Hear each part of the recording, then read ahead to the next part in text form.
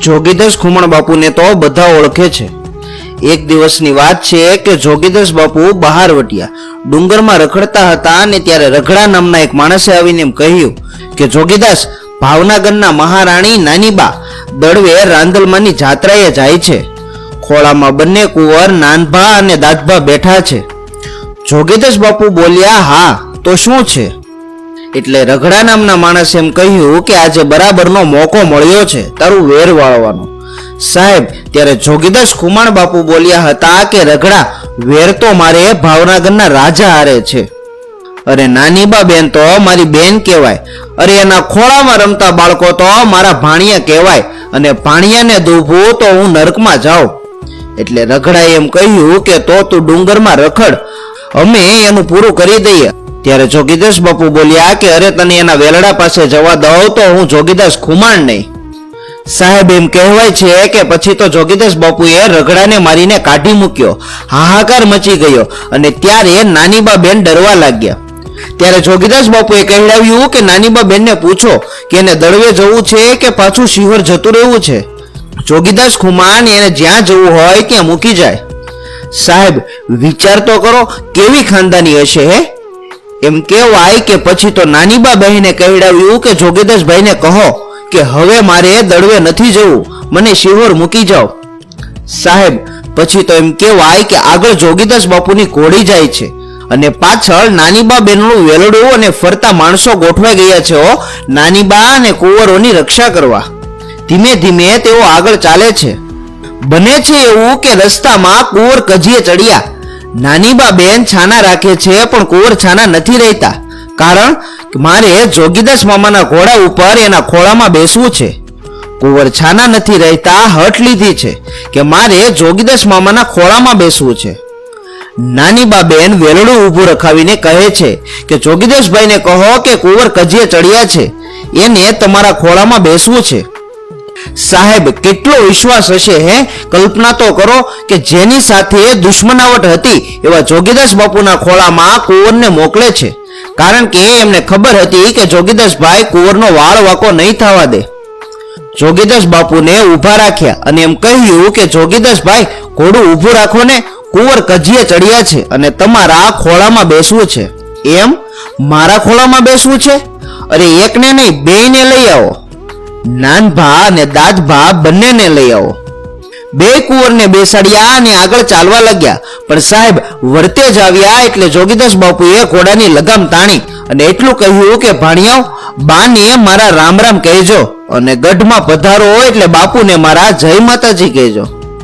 બાને એટલું કહેજો કે મારી હદ અહીંયાથી પૂરી થઈ જાય છે, મારાથી હવે આગળ વધાય નહીં, એટલે હું પાછો વળી જાઉં છું।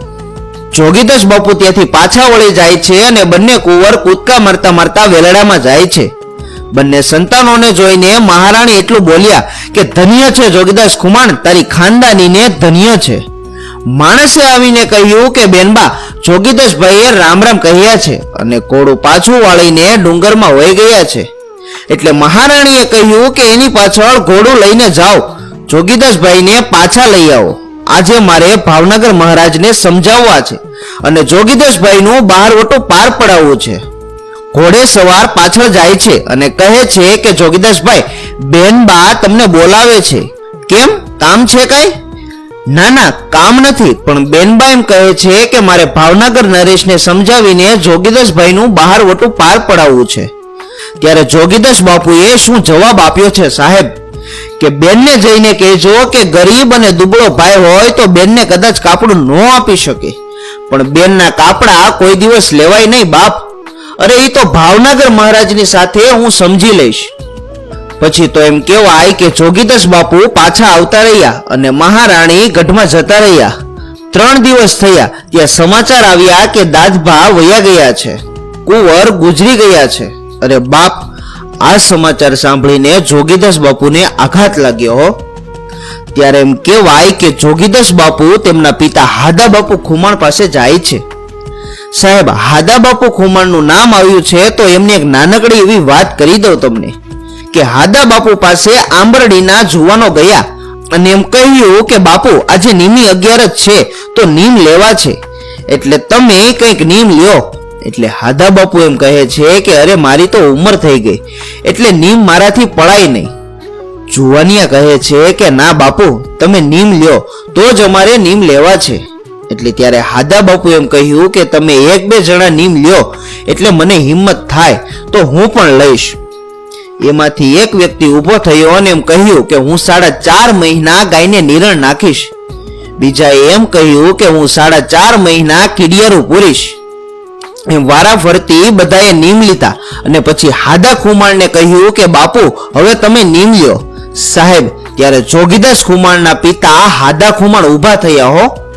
સૂરજ નારાયણ સામે હાથ જોડીને કહ્યું કે હે સૂરજ નારાયણ, તારી સામે એક નીમ લઉં છું કે સવારમાં ઉઠીને દાંતણ કરવું અને દાંતણના ચીરિયાનો ઘા કરવું અને એ સીધા પડે તો જીવું અને ઊંધા પડે તેથી મરી જાઉં હું. અરે ઇતિહાસ એમ કહે છે કે 4.5 મહિના સુધી એ દાંતણના ચીરિયા સીધા જ પડ્યા હો. ઈ હાદા બાપુના સંતાન છે જોગીદાસ ખુમાણ. હવે મૂળ વાત પર આવીએ કે અડધી રાતનો સમય છે. જોગીદાસ બાપુને ખબર પડે છે કે દાદભા ગુજરી ગયા છે એટલે તેઓ પિતા હાદા બાપુ પાસે જાય છે અને કહે છે કે બાપુ, એટલે દીકરાને જોઈને હાદા બાપુ એમ કહે છે કે બેટા અત્યારે આવ્યો તું? ભાવનગર રાજાના માણસો તને પકડી લેશે. જોગીદાસ કહે છે કે એની બીક નથી બાપુ, પણ મને એક માઠા સમાચાર મળ્યા છે. શું બેટા?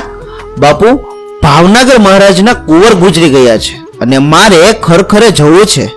અરે બેટા, તને રાજના માણસો પકડી લેશે.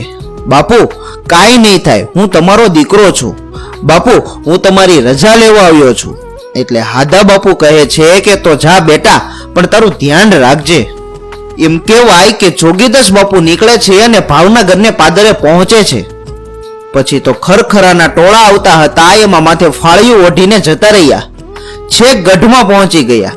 બધા આવતા હતા એને માણસો છાના રાખતા હતા, પણ આ ટોળું આવ્યું એટલે ખુદ ભાવનગરના મહારાજ ઊભા થઈ ગયા હો. બધા લોકો વિચારમાં પડી ગયા કે મહારાજ કેમ ઊભા થયા હશે. એમ કહેવાય કે મહારાજ ઊભા થયા, પગથિયા ઉતરીને નીચે આવ્યા અને બધાની માથે હાથ મૂકતા મૂકતા આગળ આવે છે.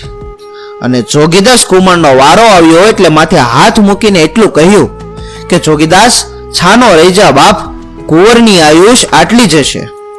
મહારાજે ફાળિયું ઊંચું કર્યું એટલે જોગીદાસ ખુમાણ બોલ્યા કે બાપુ, ઓળખી ગયા તમે મને? સાહેબ, કેવો સમય હશે હે? જોગીદાસ ખુમાણ કહે છે કે મહારાજ, ઓળખી ગયા તમે મને? અને ત્યારે ભાવનગર નરેશ બોલે છે કે અરે 500 પડકારમાં તારા પડકારને હું ઓળખી જાઉં તો તારા રુદનને ના ઓળખી શકું, તારી વેદનાને હું ન ઓળખી શકું. મહારાજ કહે છે કે મૂંઝાતો નહીં જોગીદાસ ખુમાણ, હું તારો વાળ વાકો નહીં થવા દઉં. અને ત્યારે જોગીદાસ બાપુ બોલે છે કે અરે બાપુ, વાળ વાકો થવાની બીક હોય ને તો હું અહીંયા આવું જ નહીં ને. એમ કહેવાય કે ખરખરો કરીને જોગીદાસ ખુમાણ પાછા વળ્યા. થોડો સમય ગયો અને જ્યારે હાદા બાપુનું ગામતરું થયું અને જોગીદાસ બાપુને સમાચાર મળ્યા કે પિતાજી ગુજરી ગયા છે, એટલે બહારવટિયા જેવા બહારવટિયા પણ ઢીલા પડી ગયા. બધાને દુઃખદ સમાચાર મળ્યા. એમ કહેવાય કે એક માણસે આવીને એમ કહ્યું કે જોગીદાસ બાપુ, ભાવનગર નરેશના કાલે સમાચાર આવ્યા છે કે હાદા ખુમાણની ઉત્તર ક્રિયાને દિવસે હું આવું છું. ડુંગરમાં જ્યાં પણ જોગીદાસ ખુમાણ હોય એને ગોતીને લઈ આવજો, મારે એનું બારવટું પાર પાડી નાખવું છે. એટલે જોગીદાસ બાપુએ કહ્યું કે કાંઈ વાંધો નહીં. સાહેબ, ઉત્તર ક્રિયાનો દિવસ આવ્યો. જોગીદાસ બાપુ ડુંગર ઉપરથી ઉતરીને ઘોડી લઈને આવ્યા. ડાયરો બેઠો હતો ત્યાં આવીને એમ કહ્યું કે ભાવનગર મહારાજ આવ્યા છે? તો કે હા, આવ્યા છે. ક્યાં છે? એટલે શું કહ્યું કે મહારાજ હાદા ખુમાણનું સરાવવા નાવલી નદીમાં ગયા છે. જોગીદાસ ખુમાણ તો ઢીલા પડી ગયા. અરે 1800 પાદરનો ધણી મારા બાપનું શ્રાદ્ધ કરવા નાવલી નદીમાં ગયો છે? અરે કેવી ગોહિલવાડની ખાનદાની હે! જોગીદાસ બાપુ નાવલી નદીએ જાય છે અને કિનારેથી જોવે છે ત્યાં તો 1800 પાદરના ધણી ભાવનગર નરેશ પોતાના માથાના વાળ ઉતરાવે છે હો. આ દ્રશ્ય જોઈને જોગીદાસ બાપુની આંખમાંથી આંસુ નીકળી ગયા કે ઓહો, આજે 1800 પાદરનો ધણી મારા પિતાનું શ્રાદ્ધ કરે છે.